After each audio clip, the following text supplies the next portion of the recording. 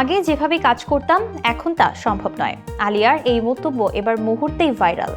2012 সালে student of the year দিয়ে বলিউডে যাত্রা শুরু করেছিলেন আলিয়া ভাট। এরপর 1 দশকেরও বেশি সময় ধরে ধারাবাহিক সাফল্য, অভিনয় দক্ষতা আর সঠিক কাজ বেছে নেওয়ার ক্ষমতার জোরে নিজেকে ইন্ডাস্ট্রির শীর্ষ অভিনেত্রীদের কাতারে প্রতিষ্ঠিত করেছেন তিনি।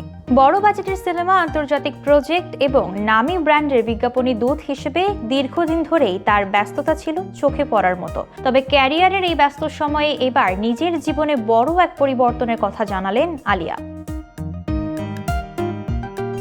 মেয়ে রাহার জন্মের পর থেকেই আলিয়ার জীবনে অগ্রাধিকারের জায়গা যে বদলে গেছে তা তিনি এবার স্পষ্টভাবে তুলে ধরেছেন। সম্প্রতি এক সাক্ষাৎকারে অভিনেত্রী জানান, এখন থেকে বছরে 1টির বেশি সিনেমায় কাজ করার পরিকল্পনা নেই তার।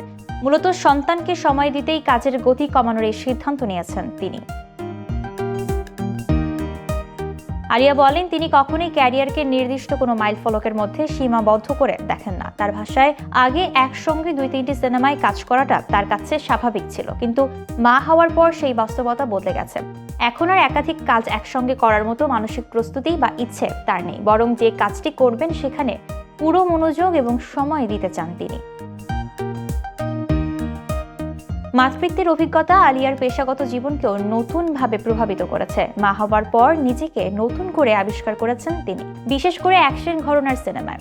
হলিউডের হার্ট অফ স্টোন এবং বলিউডের আলফা সিনেমায় কাজ করার অভিজ্ঞতার কথা উল্লেখ করে আলিয়া জানান, এসব ছবিতে অভিনয় করতে গিয়ে বুঝছেন তার শরীর এখনও কতটা ফিট এবং সক্ষম। আলফা সিনেমা থেকে এখন এমন কিছু সুযোগ এনে দিয়েছে যা আগে কখনো পাননি বলেও জানান তিনি। কাজের সংখ্যা কমানোর সিদ্ধান্ত মানেই যে ক্যারিয়ার থেকে সরে যাওয়া নয়, সেটিও স্পষ্ট করে দিয়েছেন আলিয়া, বরং কম কাজ করে আরো বেছে বেছে গভীর মনোযোগের সঙ্গে অভিনয় করতে চান তিনি। তার মতে এখন গুণগত মানই সবচেয়ে গুরুত্বপূর্ণ।